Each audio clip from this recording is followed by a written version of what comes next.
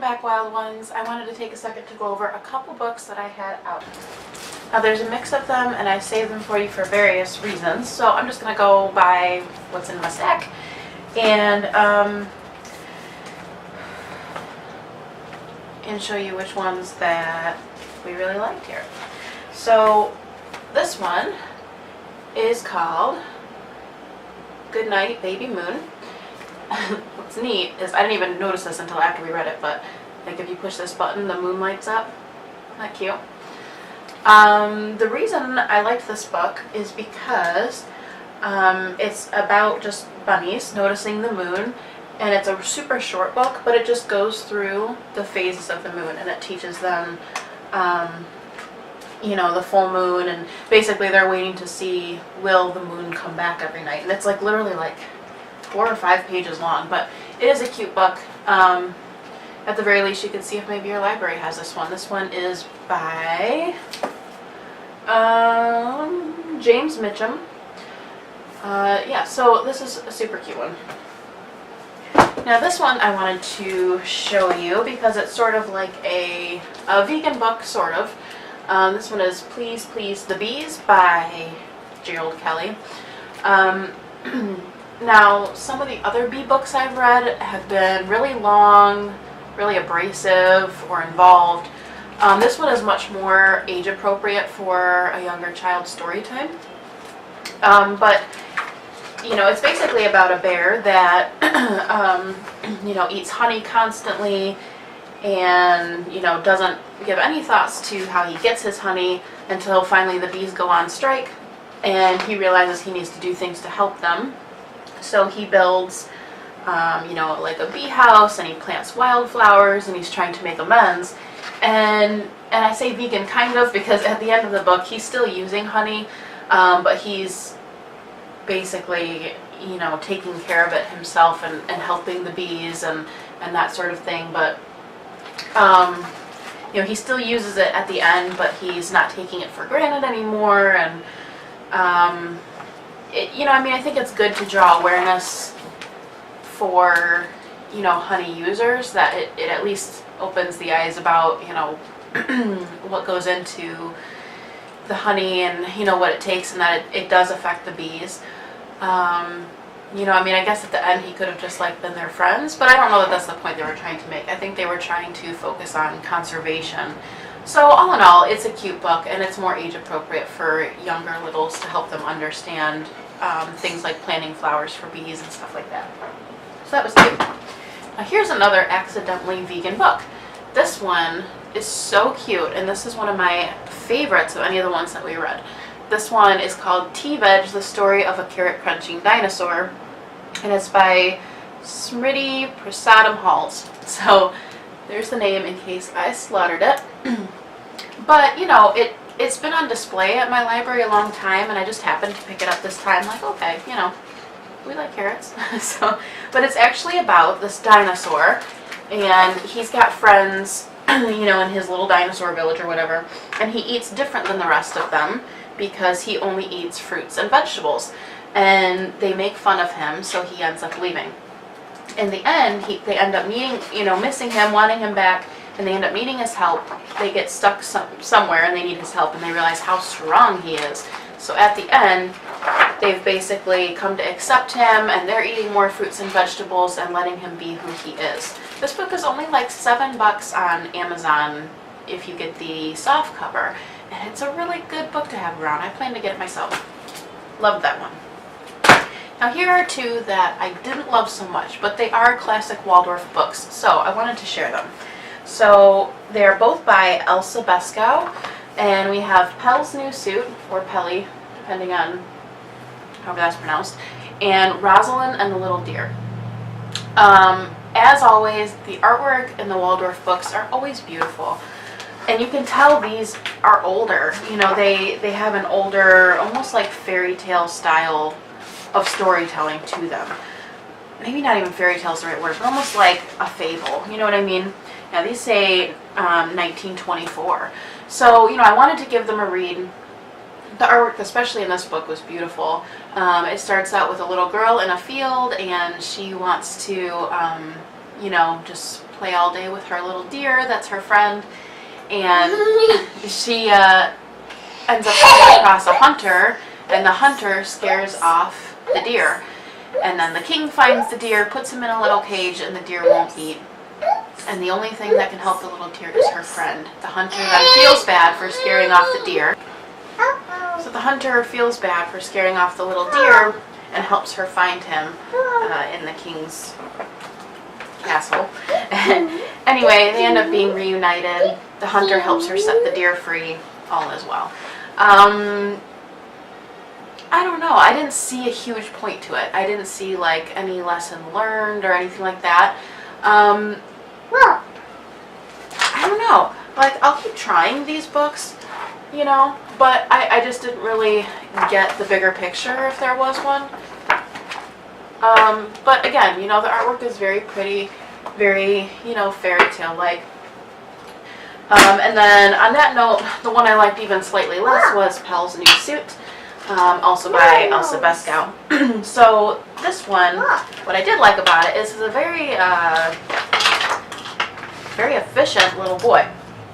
So basically, Pelle has a lamb, and Pelle is growing and needs a suit, and the lamb is growing his hair and needs a haircut. So everybody's happy, right?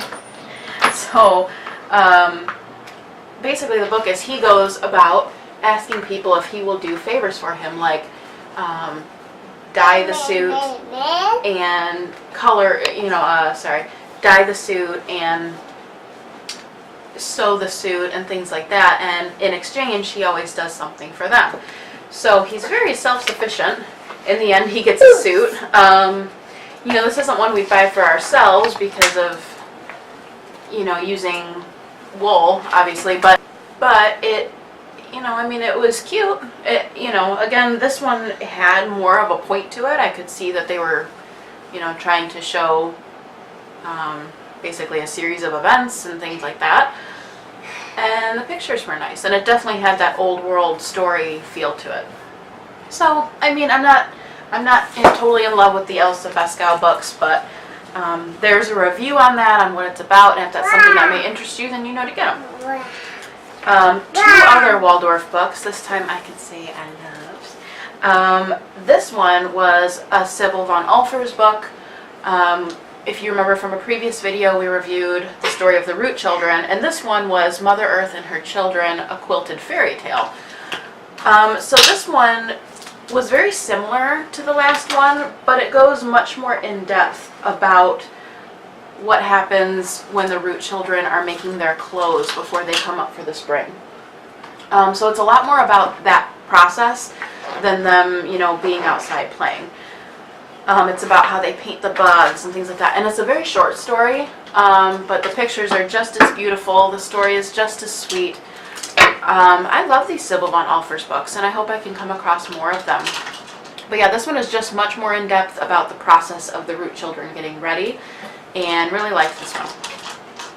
Now my favorite one in this whole review series is by a Waldorf author I've never even heard of before, but it's a spin-off of the Root Children books. So this one is by Audrey, and this is When the Root Children Wake Up. And this one, the photos are gorgeous, much different than the style initially of the Sibylle books, and they're almost more Grecian art. I don't really know how to describe it, but like, you can take a look at some of these pictures here.